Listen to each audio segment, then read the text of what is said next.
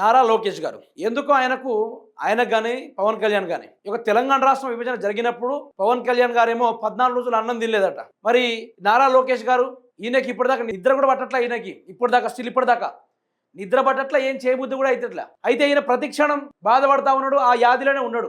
మీకు ఒకటి సెన్సేషన్గా అర్థం కావాల్సింది ఏంటంటే తెలంగాణ ఏర్పడు ఏదైతే ఈ ఆంధ్రప్రదేశ్లో ఉన్న టీడీపీ నాయకులు ఉన్నారో వాళ్ళకి ఇప్పటిదాకా నిద్ర పట్టడం లేదు.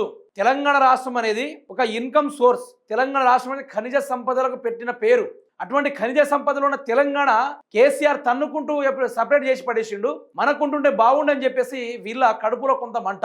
అందులోనూ నారా చంద్రబాబు నాయుడు గారి యొక్క కొడుకు నారా లోకేష్ మాట్లాడే మాటలు చూస్తే మీకు నిజంగా భలే అనిపిస్తుంది. ఆయన ఏమంటారంటే మమ్మల్ని కట్టుబట్టలతోటి మెడబెట్టి గెంటిర్రట. మరి మెడబెట్టి గంటకుంటే ముద్దు పెట్టుకోవాలి, ఉంచుకోవాలా తెలంగాణ? మిమ్మల్ని ఎట్లా ఉంచుకోవాలి? తెలంగాణ రాష్ట్ర ప్రజల సావు కళ్ళలో చూసిర్రు కదా, రైతుల ఆత్మహత్యలు చేసుకునేలా చేసిర్రు కదా.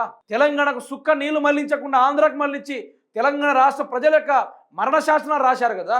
ప్రజల్ని ఒక్క ప్రభుత్వ పథకాలు అందకుండా హింసకు ప్రేరేపితం చేశారు కదా. గిన్ని చేసిన మీరు ఎట్లా వదులుతారు మిమ్మల్ని? అయితే ఈయన మాటలను ఒకసారి వినుకునే ప్రయత్నం అయితే చేయుర్రి. రాష్ట్ర విభజన వల్ల ఎంత నష్టపోయో మనందరూ తెలుసు. కట్టుబట్టలతో మెడబట్టి మన బయటికి గెంటేశారు. రాజధాని ఎక్కడ పెట్టాలో చెప్పలేదు. రాజధాని కనీసం నిధులు కూడా నాడు ఇవ్వలేదు. సొంత కాలపైన ఈరోజు నిలబడుతున్నాం.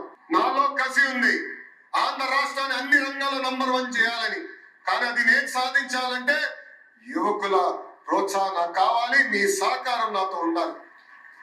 ఒక్కసారి మీరు ఆ మాట వినాలి.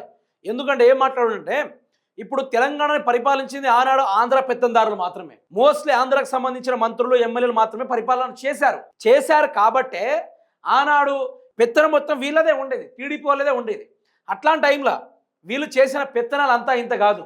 తెలంగాణలో సచ్చిన పర్లేదు, తెలంగాణలో వాళ్ళ కరెంట్ ఎట్లా వస్తుందో చూస్తా, మీరు ఎట్లా బతుకుతారో చూస్తా అని చెప్పేసి సవాల్ ఇచ్చిన చరిత్ర కూడా ఉంది అసెంబ్లీ సాక్షిగా. అట్లాంటిది ఇప్పుడు వీళ్ళు మాట్లాడుతున్నారు మమ్మల్ని విభజన చేశారు అమరావతి ఎక్కడ పెట్టుకోవాలని చెప్పలేదు, మాకు డబ్బులు కూడా ఇవ్వలేదు. అది వింటా ఉంటే ఎంత సమ్మగా అనిపిస్తుందంటే వినుండి ఒకసారి. రాష్ట్ర విభజన వల్ల ఎంత నష్టపోయో మనందరూ తెలుసు. కట్టుబట్టలతో మెడబట్టి మన బయటికి గెంటేశారు. రాజధాని ఎక్కడ పెట్టాలో చెప్పలేదు. రాజధాని కనీసం నిధులు కూడా నాడు ఇవ్వలేదు. సొంత కాలపైన ఈరోజు నిలబడుతున్నాం. నాలో కసి ఉంది ఆంధ్ర రాష్ట్రాన్ని అన్ని రంగాల్లో నంబర్ 1 చేయాలని. కానీ అది నేను సాధించాలంటే యువకుల ప్రోత్సాహం నాకు కావాలి, మీ సహకారం నాతో ఉండాలి. ఇది వింటా అంటే మళ్ళీ వినబుద్ధి అవుతుంది. ఎందుకో ఎక్కడో తెలియని చాలా వరకు సాటిస్ఫాక్షన్ నాకైతే, ఎక్కడో తెలియని సాటిస్ఫాక్షన్. ఎందుకంటే ఓ రాష్ట్రానికి కేంద్ర ప్రభుత్వం సహకార నిధులు ఉన్నా కూడా, ఈరోజు కేంద్ర ప్రభుత్వం వీళ్ళకు నిధులు ఇస్తా ఉన్నా కూడా, ఈరోజు వీళ్ళు ఏపీ రాష్ట్రం అంటే అంతామంతనా వీళ్ళ తిప్పి కొడితే 175 నియోజకవర్గాలు, ఆషామాషి కాదు కదా.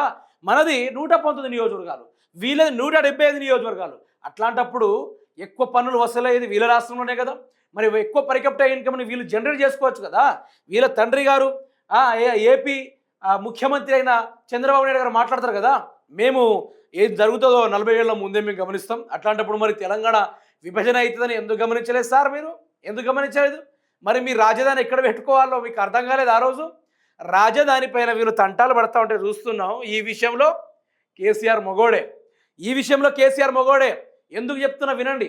వీళ్ళు ఏర్పడిన తర్వాత మాకు ఎక్కడేం పెట్టుకోవాలని చెప్పేసి ఇప్పటిదాకా చెప్పలేదని చెప్పేసి మాట్లాడుతున్నారు. కేసీఆర్ తెలంగాణ విభజన చేసి తెలంగాణ రాష్ట్రానికి 75,000 కోట్ల రూపాయలు అప్పు ఇస్తే ఆ తెలంగాణ రాష్ట్ర అప్పులు తీర్చుకుంటూ ఆ హైదరాబాద్ రాజధానిగా మార్చి తెలంగాణ రాష్ట్రాన్ని బంగారు తెలంగాణగా మార్చి వ్యవసాయ రంగంలో ద రైస్ బౌల్ ఆఫ్ ఇండియాకు ప్రకటింపజేసి భారతదేశంలోనే పెరికప్టా ఇన్కమ్ లో నంబర్ 1 స్టేట్ గా తీర్చిదిద్ది ఇతర రాష్ట్రాలకు అప్పు ఇచ్చే రేంజ్ దాకా మన పరికప్టా ఇన్కమ్ను పెంచి భారతదేశంలో ఎక్కడ లేని విధంగా ఇతర రాష్ట్రాల నుంచి వలస వచ్చి మన తెలంగాణలో బతికేటట్టు కేసీఆర్ చేసిందంటే ఆ విషయంలో నేను చెప్తా భయ్, కేసీఆర్ మొగోడే. ఆ విషయంలో కేసీఆర్ తెలంగాణను మొలిపించినాడు, తెలంగాణలో బ్రతు దొరుకును నేర్పించినాడు.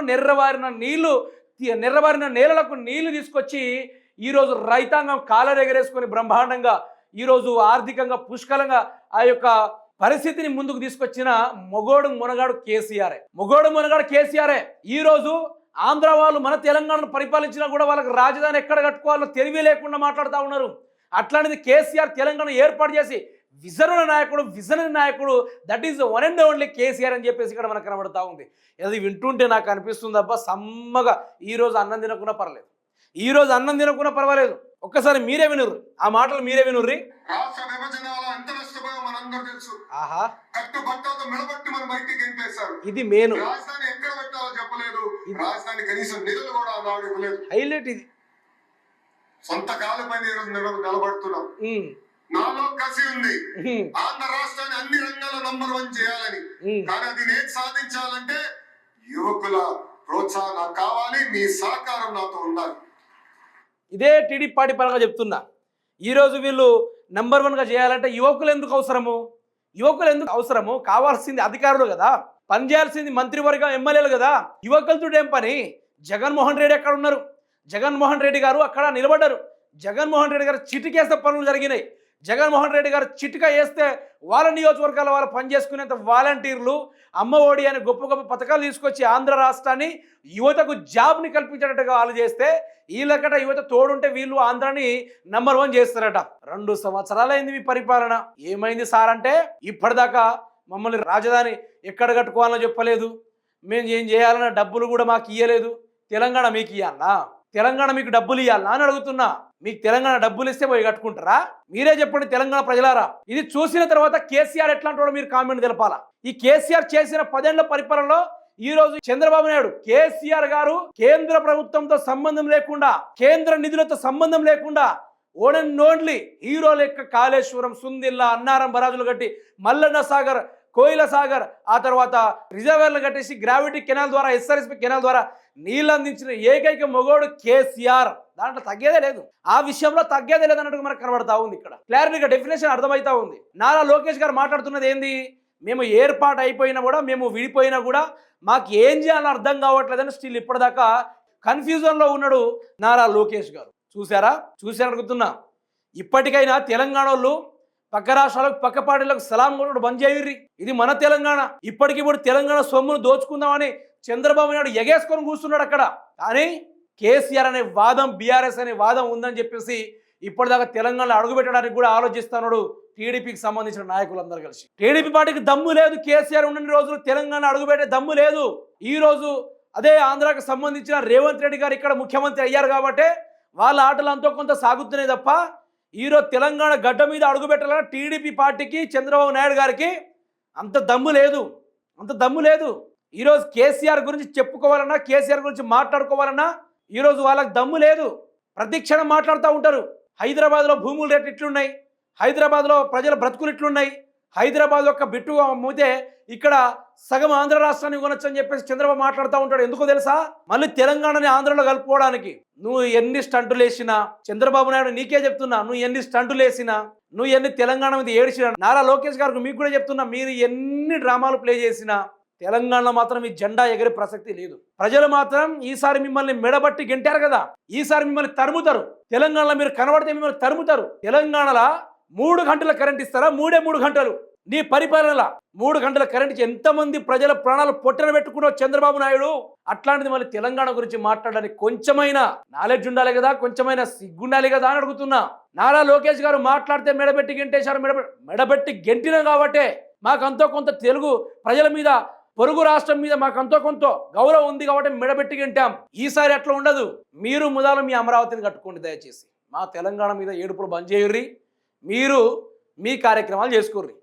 మీ ప్రజల్ని మీరు హింసించకుండా చక్కగా పరిపాలన చేసుకోర్రి. మీ చిట్టాన్ని విప్పడం మొదలు పెడితే చంద్రబాబు నాయుడు గారు మళ్ళీ మీరు డిపాజిట్లు కూడా దక్కే అవకాశం ఉండదు.